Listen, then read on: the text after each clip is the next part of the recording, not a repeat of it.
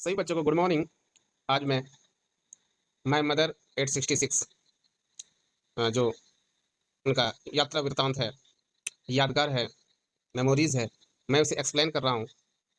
इसमें first para है, the poetess express that once when he visited her parents house in Cochin. कवित्री बताती है कि एक बार जब अपने कोचीन में अपने माँ पिता के घर गई थी। It was a Friday when she was driving back to airport. शुक्रवार का दिन था जब वो हवाई अड्डे पर वापस जा रही थी।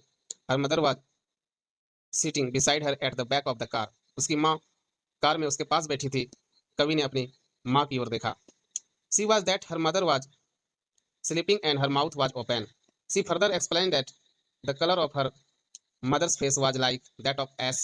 She looked like a dead body. उसने देखा कि उसकी माँ सो रही है और उसका मुंह खुला हुआ है। उन्होंने आगे बताया कि उसकी माँ के चेहरे का रंग राख जैसा था, वह एक मृत शरीर की तरह लग रही थी। The poetess realized that her mother has grown old. कवि को एहसास हुआ, कवित्री को, कि उसकी माँ बूढ़ी हो चुकी है, बूढ़ी हो गई है। But soon she tried to get rid of the sad thought by driving. He thought toward the tree outside. The young trees, although stationary, seemed to be running very fast, as though they were sprinting. She saw also children running out of their house into the playground. All these things were full of life and energy, contrary to her mother, who sat next to her. उसने अपने लिए दर्द महसूस किया, लेकिन जल्द ही अपने विचारों को, ताकि उसकी माँ जान ना पाए, बाहर के पेड़ों की ओर मुड़कर वो इस दुखद विचार से छुटकारा पाने की कोशिश करने लगी। युवा पेड़ हालांकि स्थिर थे, जो पेड़ थे वो स्थिर थे। ऐसा लग रहा था कि वे बहुत तेजी से दौड़ रहे हैं।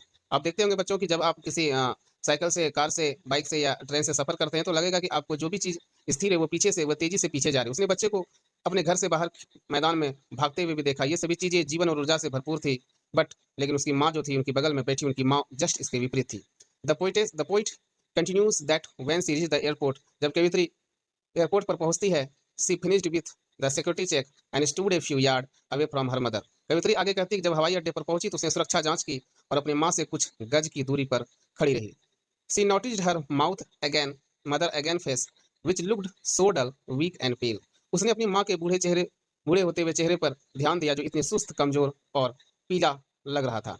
The poet compare her mother to a late winter's moon, as the moon in winters is not shiny, and even her mother's face had also lost her youth and shine, as her mother was getting older and weak. The poet feels that fear of separation just as she used to feel during her childhood. As a child, she could not bear the pain of separating from her mother, but now as a mother has grown old and is about to die, the poet feels that maybe that is the last time that she is sleeping her mother.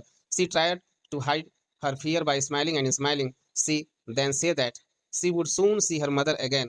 She says so because she has doesn't want to lose her mother. कवि जो यह कवित्री है अपनी माँ की तुलना सर्दियों में देर से आने वाली चांद से करती है, क्योंकि सदियों में चमकीला चांद चमकीला नहीं होता, सर्दियों में चमकीला चांद नहीं हमेशा रहता। यहाँ तक कि उसकी माँ के चेहरे ने भी अपनी जवानी और चमक खो दी थी। जैसे जैसे उसकी माँ बूढ़ी और कमजोर होती जा रही थी, कवित्री अलग होने के डर को वैसे ही महसूस कर रही थी जैसे वह बचपन में महसूस करती थी। एक बच्चे के रूप में अपनी माँ से अलग होने का दर्द तो सभी समझते हैं, लेकिन वो दर्द को सहन ना कर सकी। लेकिन जब उन्होंने अपनी बूढ़ी माँ, उसकी माँ बूढ़ी हो गई और मरने वाली है, कवित्री को लगता है कि शायद ये आखिरी बार है जब अपनी माँ को देख रही है। वह मुस्कुराते और मुस्कुराते हुए अपने डर को छिपाने की कोशिश करती है, और फिर वह कहती है कि वह जल्द ही अपनी माँ को फिर से देखेगी। वह ऐसा इसलिए कहती है कि वह अपनी माँ को खोना नहीं चाहती। ठीक है, तो बच्चों आप लोग इसे याद भी करेंगे, ठीक है, और इसे आप अपने कॉपी में लिखेंगे भी। ठीक है, थैंक यू।